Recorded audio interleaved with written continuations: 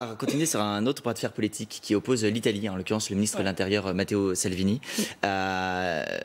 Cette capitaine allemande, Carola Rackete, qui a forcé l'accostage de son bateau, qui, donc, malgré le barrage des douanes italiennes, a tenu à faire débarquer une quarantaine de migrants rescapés de Libye, qui subsistaient à son bord après 17 jours d'errance en Méditerranée.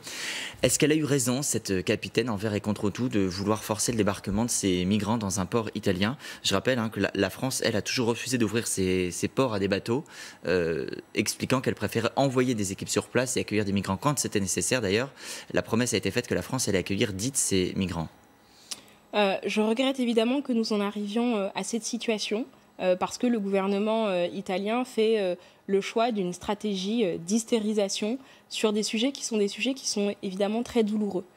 Je pense qu'il est important de rappeler que la France, comme l'Union européenne, ont été solidaires de l'Italie ces dernières années.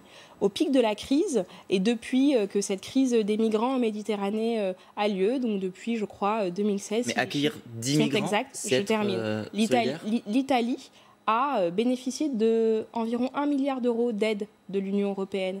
Et donc là où M. Salvini instrumentalise politiquement des trajectoires et des faits qui sont douloureux, moi je lui réponds en expliquant que l'Union européenne et la France ne sont pas solidaires. Moi je réponds par des chiffres. Et donc oui, l'Italie a été accompagnée. Et oui, lorsqu'il y a eu des situations migratoires difficiles, nous avons accueilli sur notre sol des migrants en provenance d'Italie. Et donc je crois qu'il faut dans ces conditions-là savoir raison garder.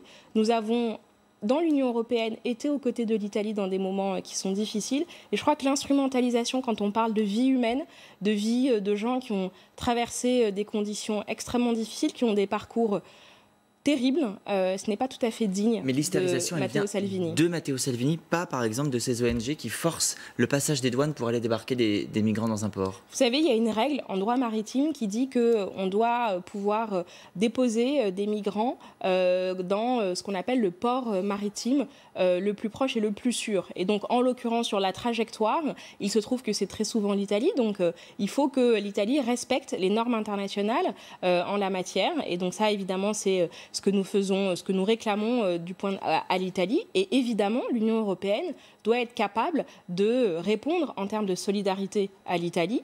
Aujourd'hui, on a un système qui n'est pas satisfaisant parce que c'est à chaque débarquement, à chaque nouvel incident, à chaque nouvel accident que nous devons organiser une répartition entre pays volontaires.